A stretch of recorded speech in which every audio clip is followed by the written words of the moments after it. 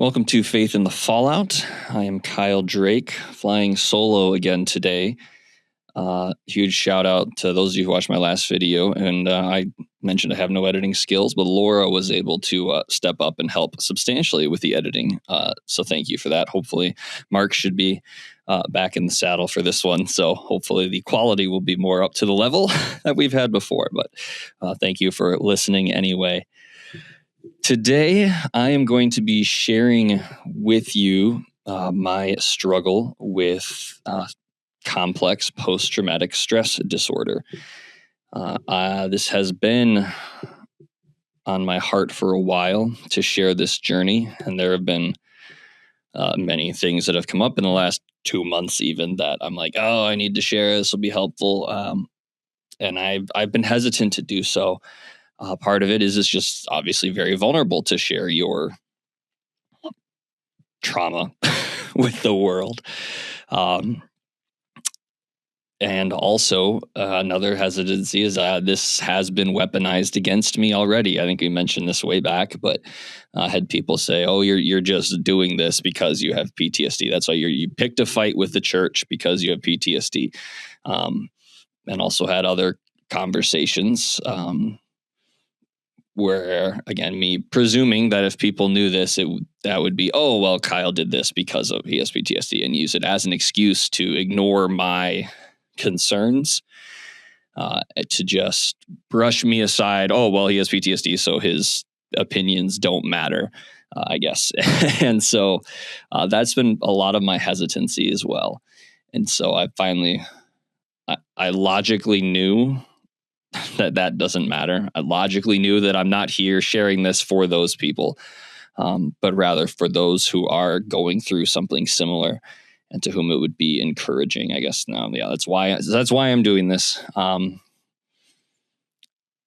guess for me personally, it was, how do I even say this? Because I wasn't in combat or things like that, I personally felt that my PTSD was less important, if that makes sense. Less, I don't know the right words, but that it didn't matter as much, or I shouldn't be as bad. And that's false, but things I believe in. It even kept me from talking to people like combat veterans who I am friends with about my own struggle, because again, logically, I know they would not judge and they would have helped. And the moment I was scared to share because of that, because I'm like, oh, well, what, it's not as bad. I didn't go through what they went through as bad as what they went through. So therefore, I guess got to suffer by myself, suffer in silence. And so I want to, again, hopefully share this so that those of you who are in that boat, those of you who have been traumatized and feel you can't talk about it, those of you who don't even realize you've been traumatized and are going to hear this and be like, oh my gosh, I have those same symptoms, that it will hopefully be helpful. Yeah, I guess that's where I'm at. And I'm not going to share the specific mechanism of injury because of that exact thing. I don't want someone to hear, well, XYZ happened to Kyle, mine was better or worse, therefore blah, blah, blah, blah. Because I had those struggles, I don't want to bring that into the equation. The trauma Olympics, as I call it, and I think I stole that from cinema therapy, of where, well, my trauma is worse than your trauma, so you shouldn't feel, well, there's always somebody with worse trauma, and that doesn't mean that yours isn't real or you don't need help. And so just to alleviate that. Plus, honestly, I don't think I'm ready to share the specifics of some of these things. Not to that point yet. So for those reasons, I'm not going to share the specifics of how I got the PTSD. I'm going to more share my journey with it, and just how I dealt with it. Not well. Spoiler alert.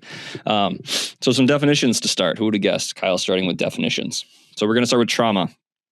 This is from the American Psychological Association. Trauma is any disturbing experience that results in significant fear, helplessness, dissociation, confusion, or other disrupted feelings intense enough to have a long-lasting negative effect on a person's attitudes, behavior, and other aspects of functioning. And I should have started, that's the end of the definition, I should have started with, I am not a mental health professional in any way, shape, or form. I, again, am an accountant who didn't like feelings or know how to process feelings for most of his life. And again, I am simply sharing my journey. So do not take any of this as professional medical advice. Just get that out there. So that was this definition of trauma. Bad things that happen to you that you don't know how to handle, or your brain doesn't know how to handle, your body doesn't know how to handle.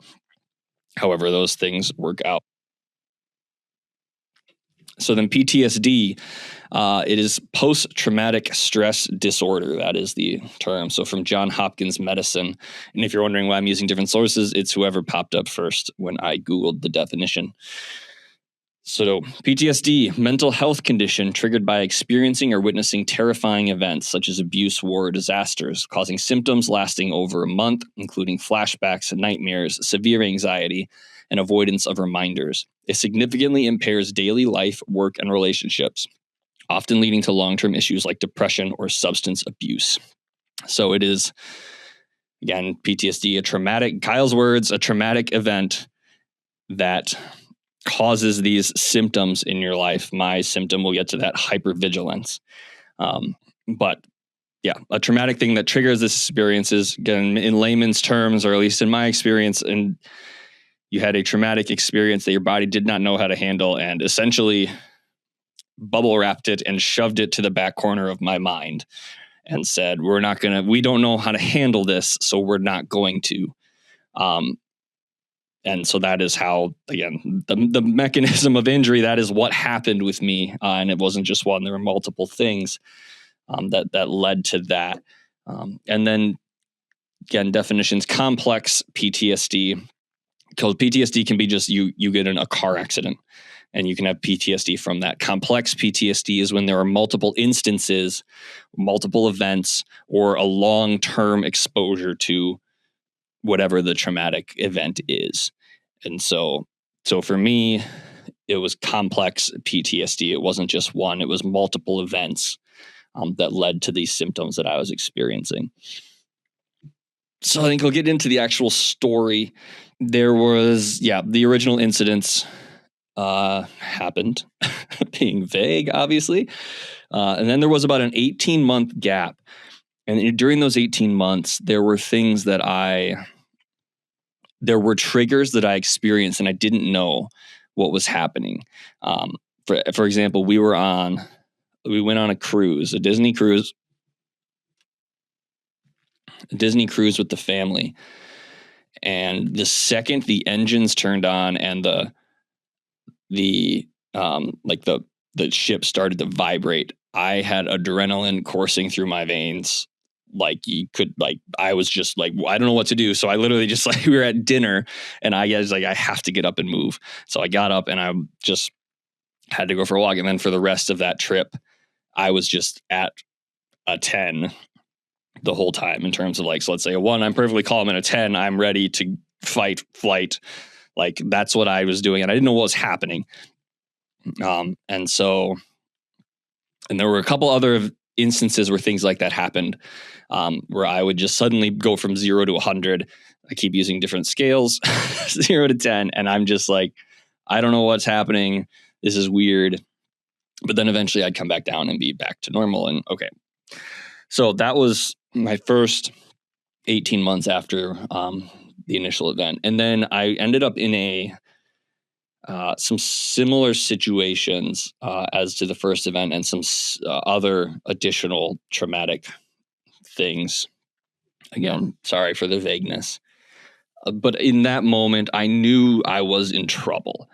I was elevated, but at that point, I was just perpetually elevated. And so, again, I'm trying to figure out how to say this without saying what exactly happened, but we'll just move ahead. So that suddenly I'm super elevated.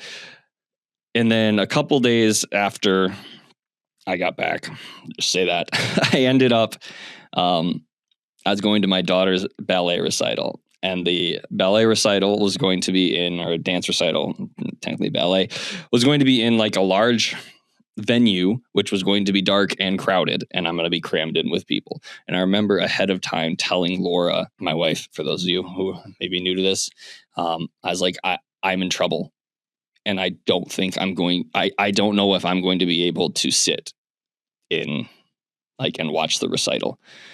And so we went again. I remember standing outside. I remember trying to stay away from people, essentially. But then we went in and we sat down, and I was physically shaking, just sitting there in the recital, almost like bending over, basically looking at the floor, just shaking, trying to control whatever this was that I didn't know what was happening or what to do with it or anything. And again, looking back, I know what these things are now. But at the time, I'm just like, I don't know what's happening. And I don't know how to control this. And so I had to make a decision in the moment. Either I'm going to get up and leave and not watch my daughter's recital, or I'm going to embrace it. And I chose to embrace it. And so in that, I don't know how else to describe it other than it went from like shaking and trying to avoid it to just being ready to fight. Fight, flight, freeze, fawn. My trauma response is to fight. And so that is where I was, of just not necessarily, I'm not like going to go pick a fight with someone or just start punching the person next to me at the the theater, but I was essentially just ready then. And from that moment, essentially that became my new norm. So right after that, I think it was either the next day or a couple of days later, we went to visit my wife's family in Colorado. And this was a absolute grace of God thing that the kids horribly sick the first 2 days there.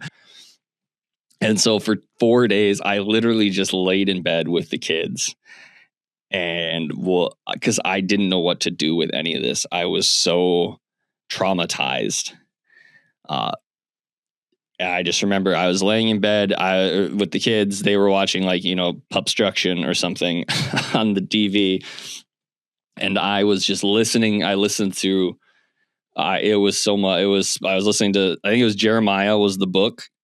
I was listening through that and then listening through the Spoken Gospel podcast and them discussing the book. And there might've been it was a long time of me just not knowing what to do with any of this. And I remember the first time we went out in public after getting there, we went to dinner, and that was my first experience back home of being, as in like around family and whatnot, of being hyper vigilant. I didn't know that's the word at the time, but my head was constantly on a swivel, like couldn't sit with my back to the door. Any type of noise, I'm whipping around, I'm looking, I'm not present in what's happening because I am constantly on the lookout for danger.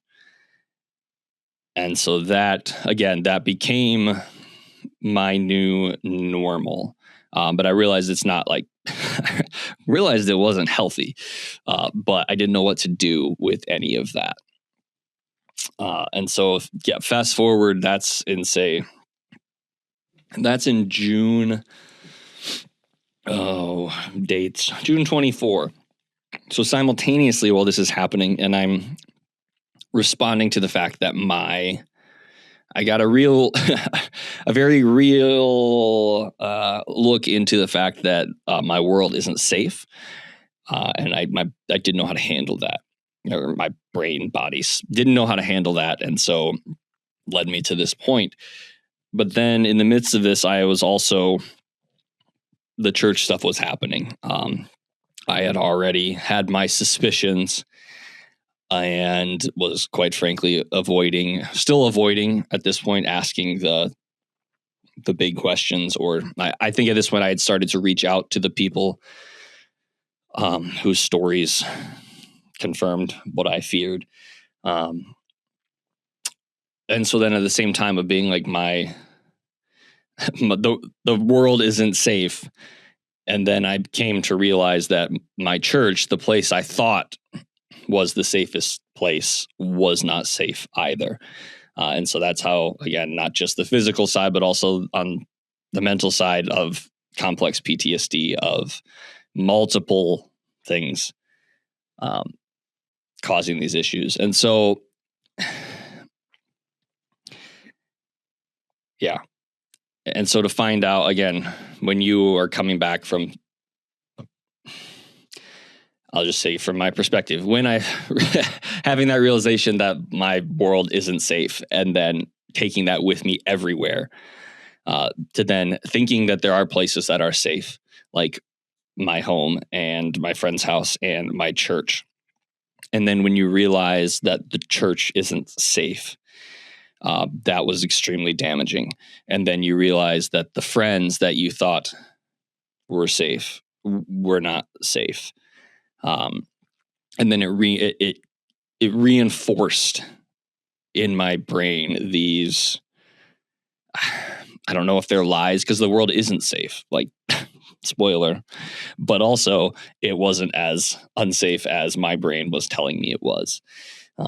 And so a good way I think to describe it is, so you have your left brain, I think isn't getting it correctly. The left brain is the more logical side. Again, these are very layman's terms. The right brain, your lizard brain, your responsive brain. So if you see a hose lying on the ground and your right brain says snake, and your adrenaline kicks up and you're going into fight or flight, but then your left brain sees that, oh no, it's just a hose, and you can go back down.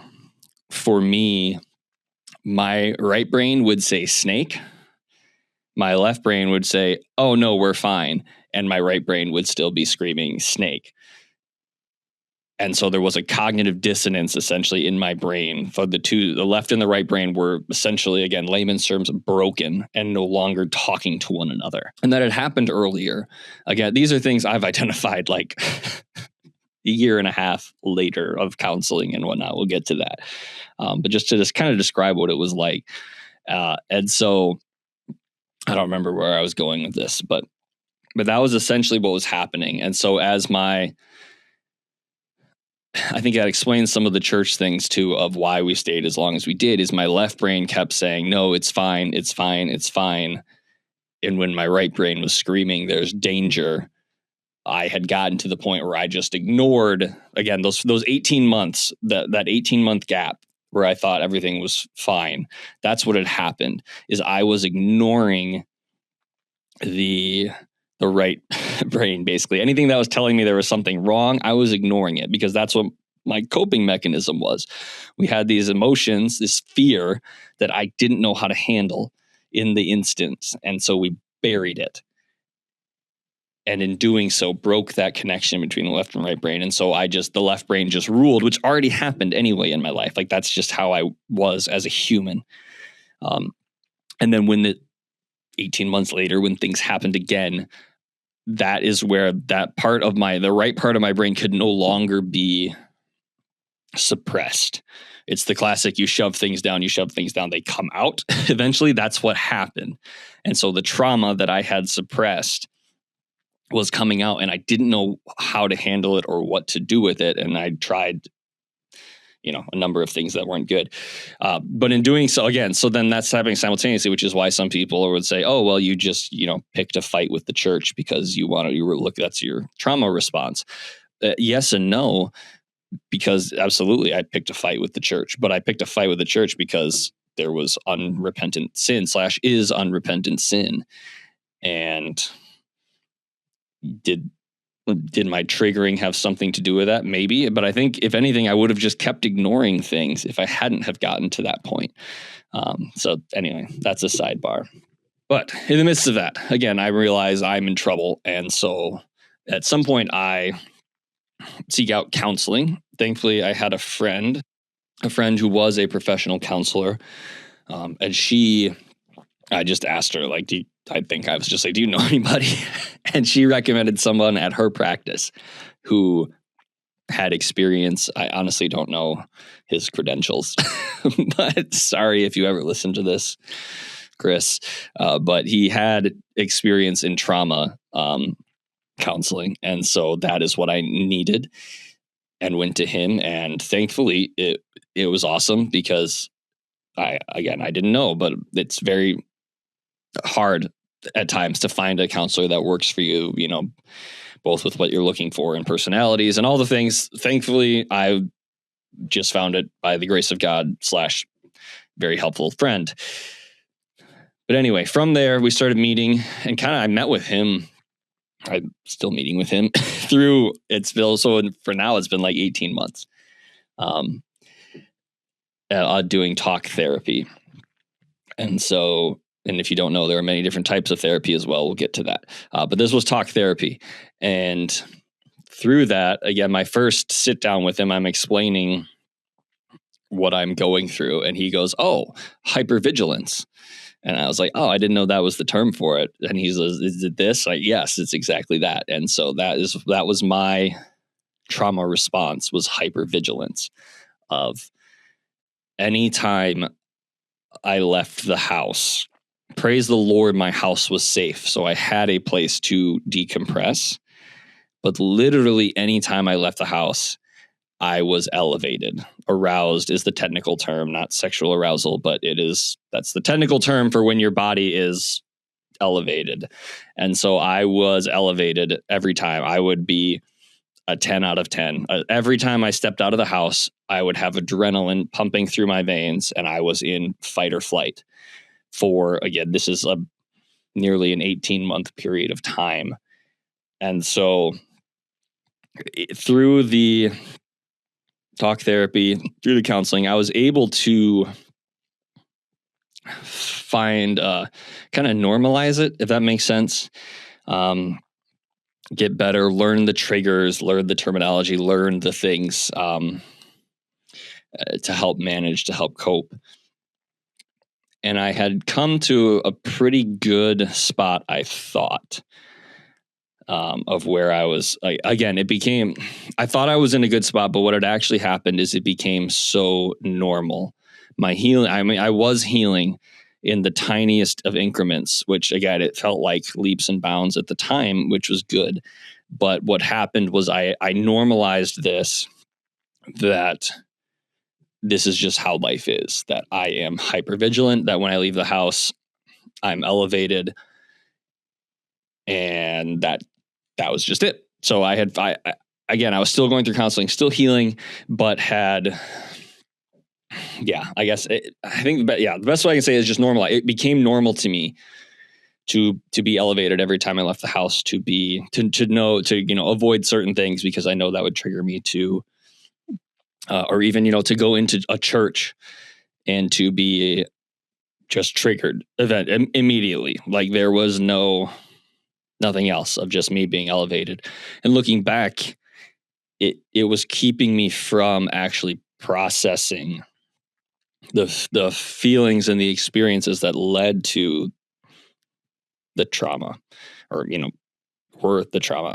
It was because I couldn't, because I was always in fight or flight. I was always elevated. So the processing was in limited moments here or there.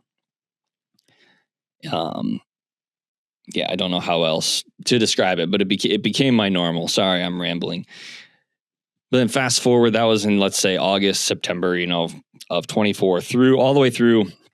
This is now going into July. Like we came public in March with our allegations against the church and things like that. So you can imagine that was fun doing that through all of this.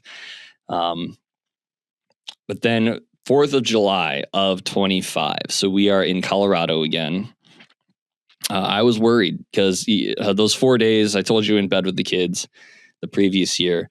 But even their house, it was near a hospital.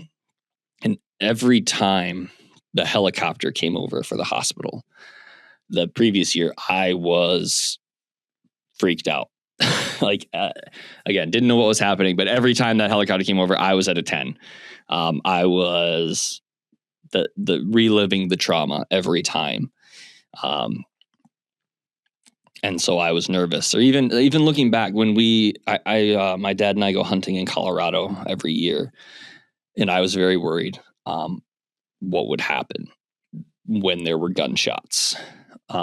When we went hunting here in Michigan, I was very worried what would happen. And I was actually fine in Colorado and pretty fine in Michigan when we hunted here. But it was that stuff of just like, again, not knowing how I was going into situations, not knowing how I was going to respond was difficult to live through. But anyway, going to the 4th of July in Colorado, again, I was nervous going out there and I thought things were going well until the 4th of July. We went to had a parade in the town, big gathering of people. I'm hanging out with strangers. It wasn't a pleasant day for me, and I was doing well until planes flew over to start the parade. And that took me from, I mean, I'm always at 10, but man, that set me to a whole nother level. So probably shows I'm not always at 10, but I'm always super elevated. But that was a specific triggering event. And so then to go from there to, the rest of the day hang out with people, whatever, I was in my own hypervigilant bubble, just being polite and not really engaging. And then the fireworks. So in this town, I probably could say the town, but it's fine. I'm not going to.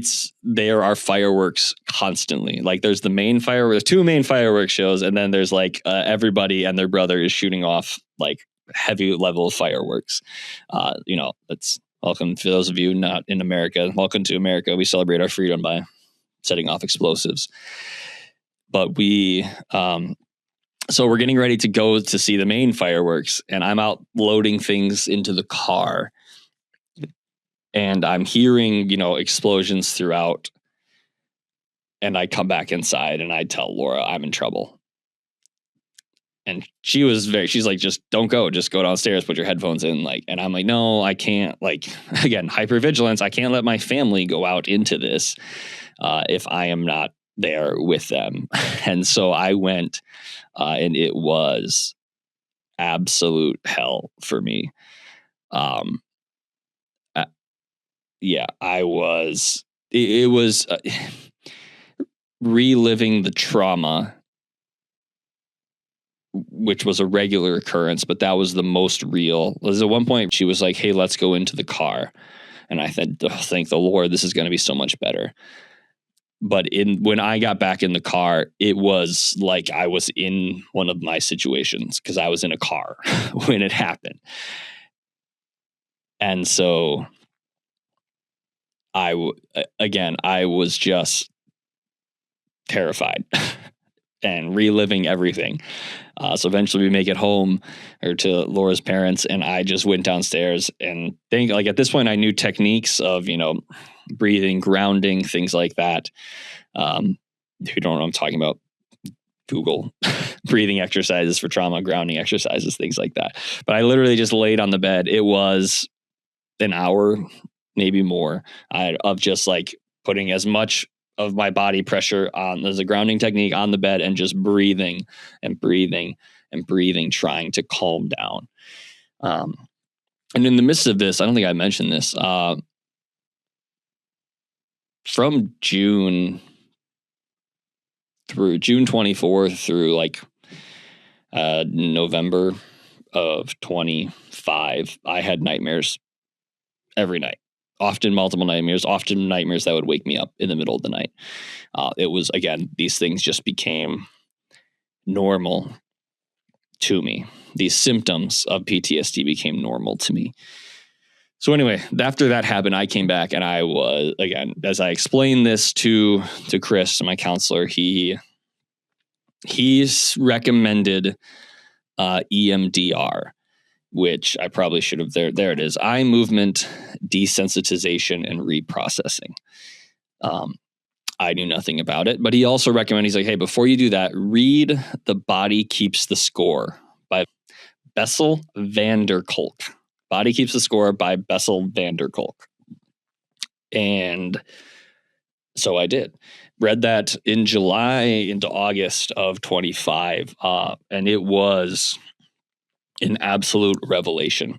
It talks about Body Keeps the Score. It talks about how we hold trauma in our bodies and what that eventually does to us as humans, and talking about, soldiers with PTSD. And as he's explaining these feelings that we have as people, he's explaining it like exactly how I'm feeling, of things like, oh, if I'm dishonoring these people, if I don't hold on to, if I don't hold on to their stories to the point that it wrecks me, if I think about it, then I'm dishonoring them. Which some of you are like, what are you even talking about? I know others of you will know exactly what I'm talking about. And so it's, just things like that, of where he was just absolutely like he was reading my mail and knew exactly what I was going through and feeling. And so, highly, highly, highly recommend that book. But I would not have been ready for that book in July, August of 24. In the beginning of my journey, I would not have been ready for that. I needed the healing that I'd gotten over the previous 12 months of talk therapy. And I needed that incident in Colorado where I realized that I was still in trouble.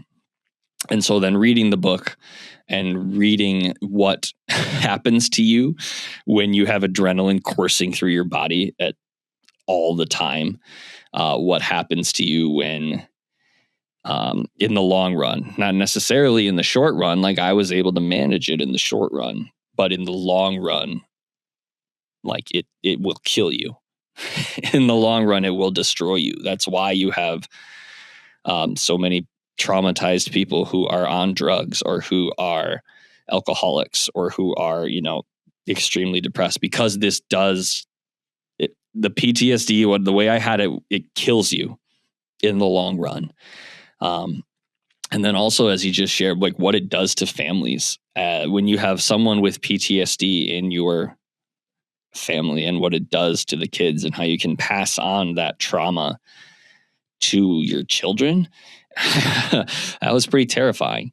Kind of woke me up again to, okay, I need more help. And again, Chris had suggested EMDR. And so I was like, let's do this. I'm ready. And so I reached out to the person he recommended, got like the paperwork, sent the paperwork back to her. And the paperwork literally got lost in the mail. This was like in early September, and I got lost in the mail for like a month and a half to the point where she eventually sent me more paperwork. And the day the new paperwork arrived was the same day that the old paperwork bounced back to me in the mail. Like ridiculous. It was very frustrating, and also very much, I'm like, all right, if God wanted me to be doing EMDR right now, the mail would have gotten there. And so I have to trust at some point that God knows what he's doing. And it was delayed for some reason, but boy, was that frustrating to feel like what you needed to help you was right there, but I couldn't get it. And through no fault of my own, it was the stupid postal service. But anyway, eventually that all worked out. And I went in to see the person who does the EMDR. And I, again, as I read through The Body Keeps the Score, they had an EMDR chapter. I was waiting to hear, okay, how does it work? And you get to the chapter, and then I did lots of other research, and basically they're like, we have no idea. It is literally somebody moves a pencil, a pen, something in front of your eyes, and you follow it left to right. And then as you do it, the only way I can describe it is there's other ways that you get to this, but then images pop into your head from your past or people or whatever. And it allows your body to process these things that you are not able to process the trauma that you're not able to process. It allows your body to process it and to experience those emotions, and to, again, I'm explaining it terribly. But that's what it did to me. And they don't know how it works. There are theories as to how it works, but they don't know how. But it is wildly effective with PTSD. I don't remember the specifics, but it's like in the 90% that people that have immediate symptom, like major immediate symptom relief, even after just one EMDR treatment. And with that, so mine wasn't just EMDR, but it was also somatic therapy, somatic processing, which is you focus on physical sensations and your body awareness, so that when this memory pops into your head, you feel this X emotion in Z body part. And some of you are like, this sounds ridiculous, or this even sounds demonic. I can tell you it's not. I'm fully convinced this is how God designed our bodies. And so I do EMDR with the somatic therapy. And the next I do it, I was warned, you will be exhausted. Your mind will be complete mush the rest of the day. And sure enough, like did it. I had warned Laura too. I was like, I told her what's happened. So she was like, do you want to talk about it? I was like, I can't even talk about it. Like my mind is just goo. And so the next, went to bed. Next morning, I took the kids to school. And as I got out of the car, I stood up straight, threw my shoulders back, stood up tall, and basically tried to make myself as big as possible. And I went, well, that's weird. I mean, I have terrible posture. I hunch. And so, I mean, it's good for my posture to do that, but that wasn't why I was like, oh, well, that's weird. And then I went into the hallway at the school. Like, it's a tiny school. There's nobody there. And yet it was different. I was like, oh, I'm not elevated. Okay, that was weird. And then I don't remember where else I went or what else happened, but I remember, like, for a while, I started to notice every time I got out of the car, or every time I went into some place, a store, any place in public, anytime I went any place in public, I would get up and I would stand up tall. And it was, I dubbed it my "don't mess with me" posture. And it was simply something I was doing and not realizing it everywhere. We went to Olive Garden. My daughter wanted to go there, so we went there, and I just didn't even think about it. I sat with my back to the door and was fine. And we had a conversation and I was fine. And at one point, Laura looked over and was like, "It's nice to have you back." Or might have been that. It might have been like, "It's nice to have you here with us." Like, to the point where it had become so normalized for me that I didn't even realize how much it was affecting me and how much it was affecting my family. Again, everywhere I went, I talked like I knew these things were happening, I guess, before. These are things I all realized later, of like, every place I went, I was elevated. Every place I went, I was ready for a fight. Every place I went, I was looking for danger at every second.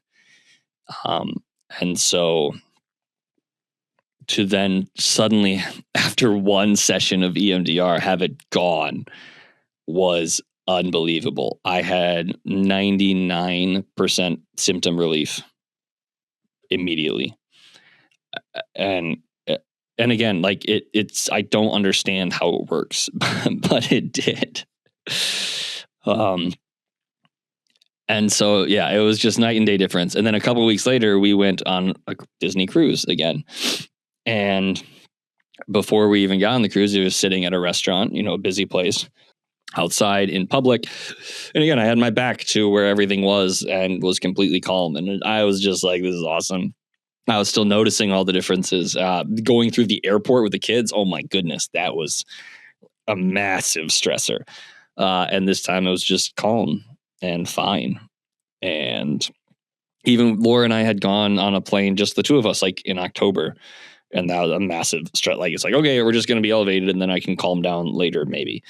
Where this time it was just, oh, I'm completely calm the whole time. And this, again, adding the kids with a big extra stressor was completely fine. And yeah, it was beyond remarkable. And again, on the cruise, night and day difference, where I was just able to relax and enjoy and have fun and be present, and not be worried about a billion things and every person and everything around me. And then even going into church was different.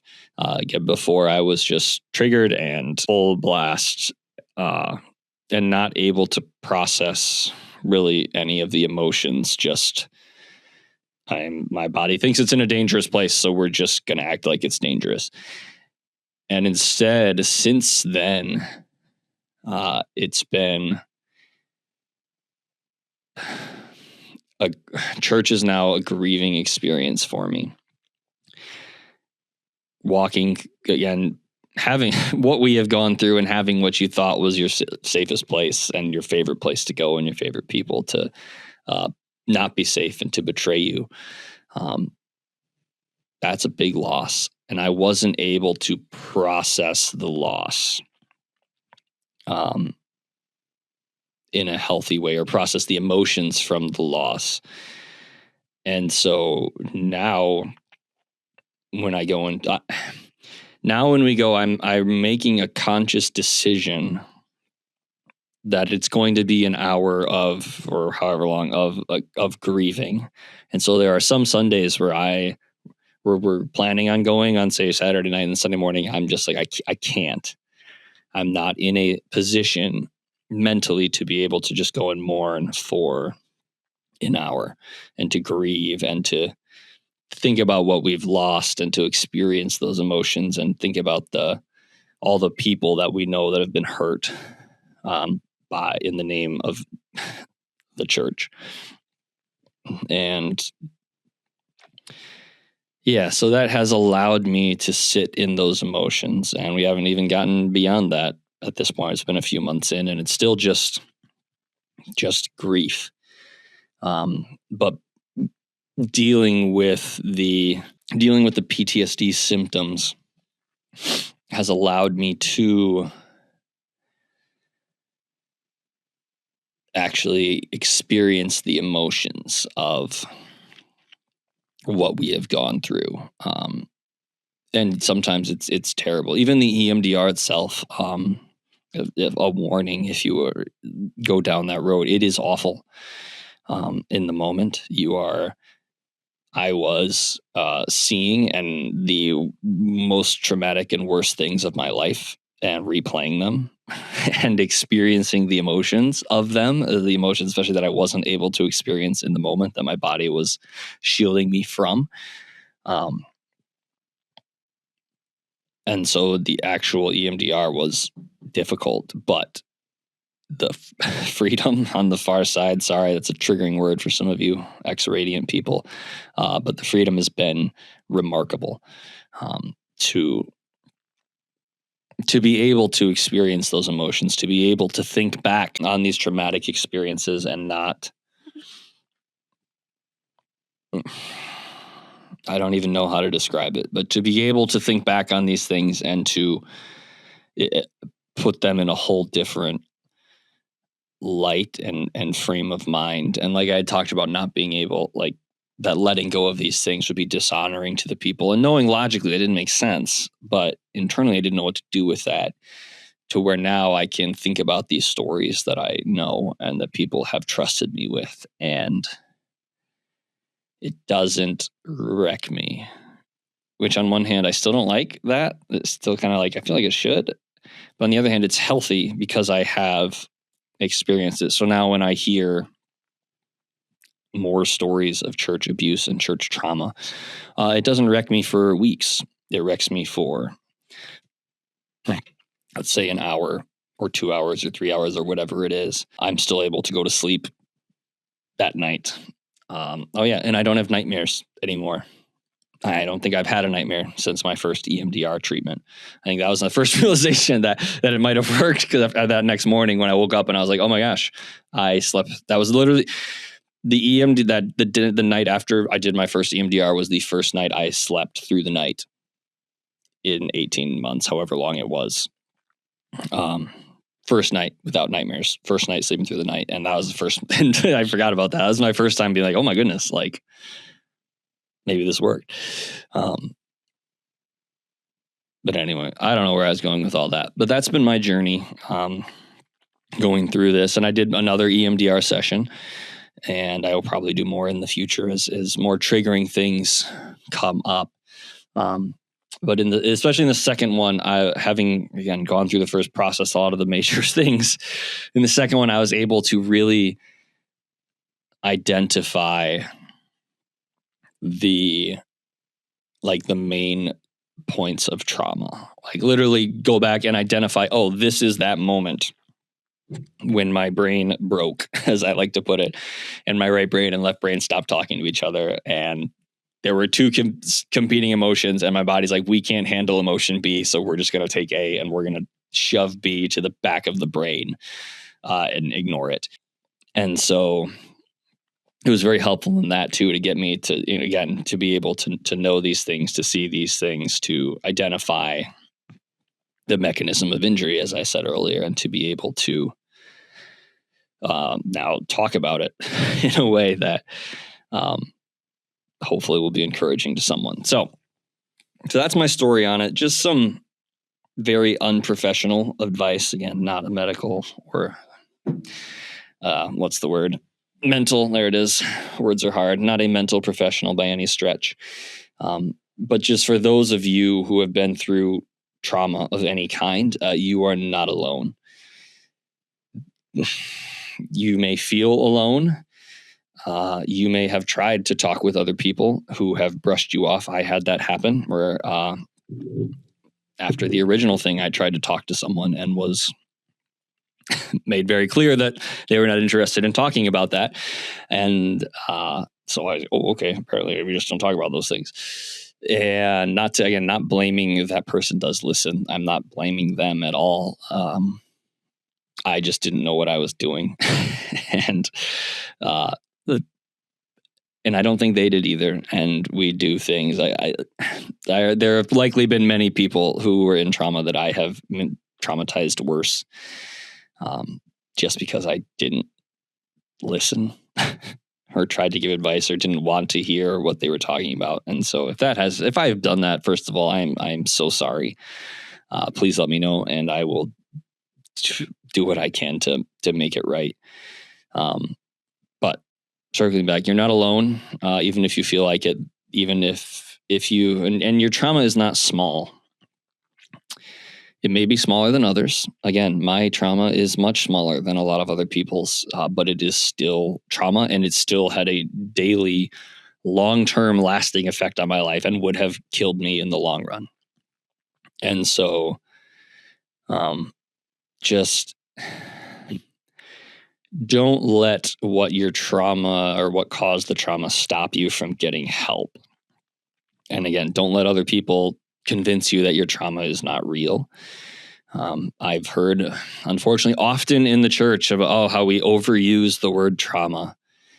And now I get angry every time I hear that, because you and me could go through the exact same thing, and one of us could be traumatized and the other not. And it doesn't mean that the person who was traumatized is weak or has weak faith, as we sometimes hear in the church. What that means is your body, your mind, whatever, wasn't able to process that event in the same way that other people's were. And that's okay. And that's not something to be ashamed of. It's something to identify and to know that you need help. And also want to tell you, your trauma, it's not your fault. Some of your actions and things that you've done because of your trauma, that may be your fault. It's not to excuse people's sin or to give you a card like, oh, well, I'm traumatized, I can do whatever I want. No, that's not what I'm saying. What I'm saying is what happened to you is not your fault. And so don't hide it because you're ashamed of it, whatever that thing is. Whatever happened to you, get help. Like I'd said at the beginning, I didn't talk to people I should have, and honestly still haven't talked to them, and probably should. Even at this more healed state, it's probably conversations I should have, and honestly, I'm still kind of nervous about it. which is stupid. I know, but welcome to trauma and welcome to your brain and welcome to things like this. It doesn't always make sense. You can intellectually know what you should be doing and what would help, and you still don't do it or don't want to do it. And I get that. So, and if you're in, how to say this carefully, in the church environment we were in, I don't think it was ever explicitly stated, but I certainly implied it, and I am aware of many others who implied it too, that if you had a mental health issue,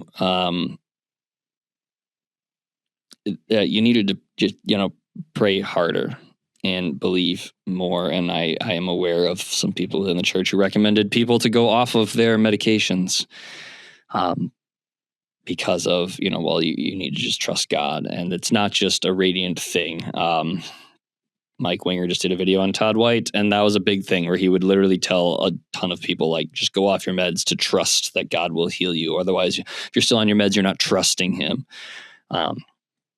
which is ridiculous. God can miraculously heal you and does miraculously heal people. However, just like with physical ailments, he has provided us with common grace. He has provided scientists who have learned how the mind works. He has provided professionals who have figured out treatments like EMDR that can help and can alleviate symptoms and can train your body how to process. I think that's part of it too, is now it doesn't just, these things that I went through didn't just like heal me in an instant and now like I'm good. No, it also physically reconnects the brain to itself. Again, I'm saying it in a very unprofessional way because I'm not a professional, but just doing the EMDR, doing the talk therapy, doing these things has physically healed me when I don't understand that, but to where as things happen, I can process in real time now, and I don't. And when I see the hose on the ground and it says snake, my left brain can say, no, it's not. And I can calm back down. And so again, there is common grace and science and things that God has given us that we can utilize. And it doesn't mean you have weak faith if you are struggling. And it doesn't mean, again, I've heard that, or if you're still struggling, again, it took me 18 months. It's other people will be decades. And I don't know why.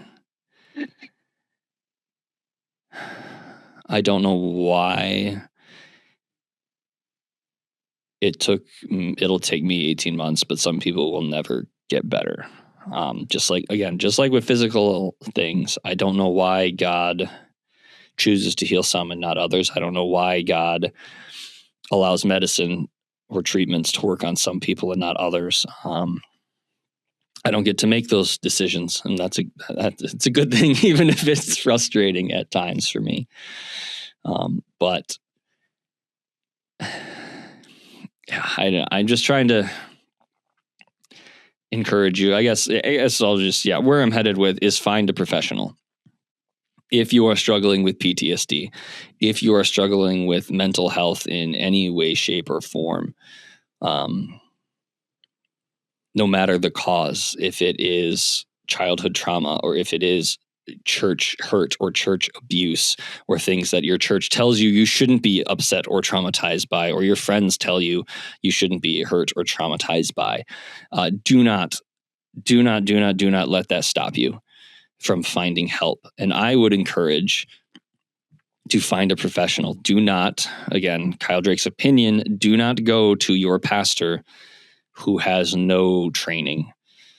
Do not go to your, associate pastor or your youth pastor who doesn't have trauma training if you have been traumatized. That is foolish. And really, to push some bounds, I would advise, especially with trauma, don't go to a biblical counselor, as in a biblical counselor, in Kyle Drake's layman terms, is someone who says, well, you bring them your problem, they say, well, here's what the Bible says. For me, that was not my struggle. Like, I have, not to brag, but I have a very extensive knowledge of scripture and of theology and of what the scriptures say. And the scriptures didn't really speak to what do I do when I am hyper vigilant and elevated at all times, and I think the world is completely 100% unsafe everywhere. And you could give me all the scriptures you want about God's sovereignty and all those things, and it wouldn't have fixed my brain being broken. And so I would encourage you to find a counselor who is trained, and to find someone who you fit with. I don't know how else to describe it. There's a YouTube channel called Mended Light. It's by the same guy who does cinema therapy. If you've heard me on this before, they've got some videos on how to find a counselor, like what questions to ask. What do you need? Do you need family therapy? Do you need couples therapy? Do you need trauma therapy? Do you need a billion different types of things that I don't even know exist? And then within that, there's subspecialties, and there's different treatments, and there's talk therapy. And I didn't even say this, but as part of this, again, after reading The Body Keeps the Score and talking with my counselor, I started martial arts with my kids, which is awesome. I'm glad they do it. I don't know what's going to happen if they stop doing it, but that has been, because that's one thing again that helps with PTSD is body control through yoga is one, and martial arts is another. Since I've have questions, I'll say that about yoga spiritually. I don't know where I land on yoga. That's not what this is about.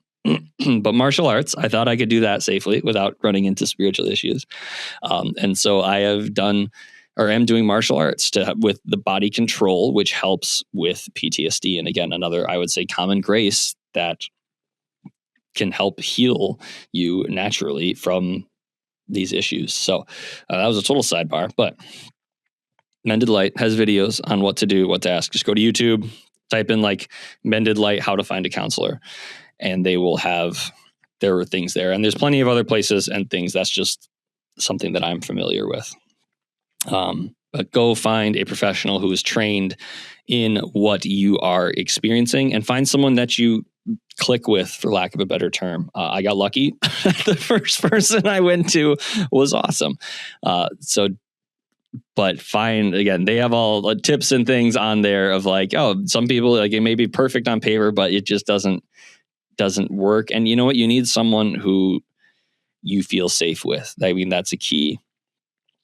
If you don't feel safe, you're not going to open up. And so find someone who you can feel safe with, however that looks. And if you reach out, I do have 4 people I can recommend. I've only have personal experience with one. Laura's met with someone else, and then a couple other people that are friends of ours that I don't know how good they are professionally, but they're good friends. So hopefully they would be good professionally. But anyway, so if you're like, hey, I don't know, I don't even have nowhere to start, I can give you some contact information of some people to at least give you a place to start. So I think that's all I've got. Hopefully this has been encouraging for someone out there. Again, just reiterate, you are not alone. You just might not be amongst people where it's safe to talk about these things. And that doesn't mean they're bad people, and that doesn't mean you shouldn't be around them. It just means that they might not be versed in this stuff like I wasn't 19 months ago. And so find people you can talk to. And I would, again, highly encourage finding a professional who can walk you through this.